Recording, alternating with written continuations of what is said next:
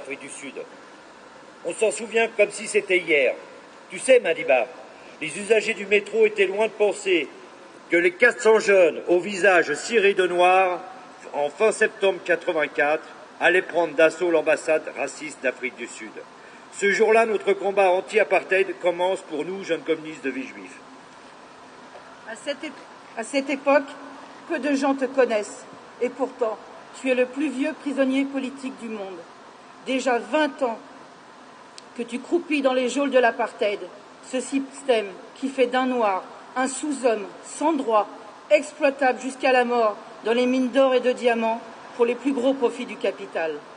Parce que l'émancipation humaine est au cœur de notre engagement, ta lutte et celle de l'ANC contre la barbarie de ce régime a été naturellement la nôtre. Hasta la victoria siempre, ne rien lâcher, tout faire pour dénoncer ce régime raciste et gagner ta libération et celle de ton peuple. Aller jusqu'au bout de cette lutte, on s'y est engagé. Voilà les Mandela, nous dit-on ça et là.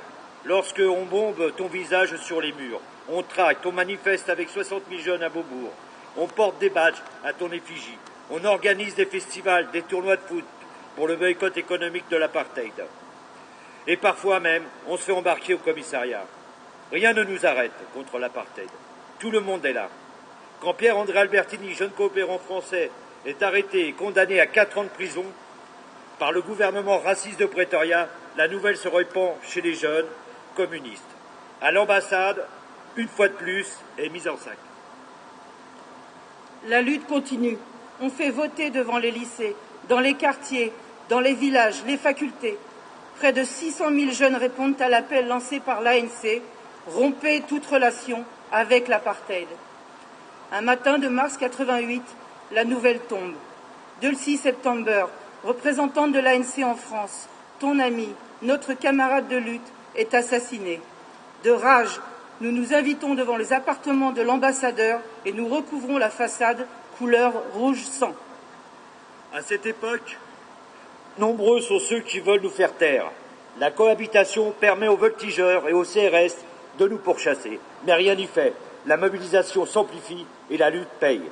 Début 1990, ta fermeté, la lutte de l'ANC, du Parti communiste sud-africain, de la COSATU et bien évidemment la solidarité internationale et les sanctions économiques font plier ce régime barbare, sans jamais renoncer à tes valeurs, à tes objectifs. Toi qui symbolises la lutte pour l'émancipation humaine, tu es enfin libre. Madiba, en nous lançant avec détermination avec la jeunesse de notre pays dans ce mouvement pour te libérer, nous n'imaginions pas alors que nous étions en train d'écrire une page de l'histoire de l'humanité. De tous les combats que nous avons menés avec les jeunes communistes, c'est de celui-ci dont nous sommes le plus fiers, celui qui nous a le plus porté et apporté. Que ce fut une belle et grande lutte, et combien fut immense l'émotion de t'accueillir dans notre ville. Les murs renversés deviennent des ponts, comme le dit si bien ta sœur, Angela Davis. Il en reste encore à faire tomber. Le combat continue. Moumia Moudjabal, Léonard Pelletier, les Pussy Riot, Georges Ibrahim Abdallah, Marwan Barghouti et tant d'autres encore sont encore derrière les barreaux. Comme tu le disais en avril 64 au procès de Rivonia, tu as dédié ta vie à la lutte pour le peuple africain. Tu as combattu la domination blanche et tu as combattu la domination noire. Tu as chéri l'idéal d'une société démocratique et libre dans laquelle tous vivraient ensemble dans l'harmonie avec d'égales opportunités. C'est un idéal que tu espérais atteindre et pour lequel tu espérais vivre. Mais si besoin était, c'était un idéal pour lequel tu étais prêt à mourir. Tu nous as fait rêver. Et tu nous as fait grandir. Merci à toi, Madiba. Amandla. Ngawetu.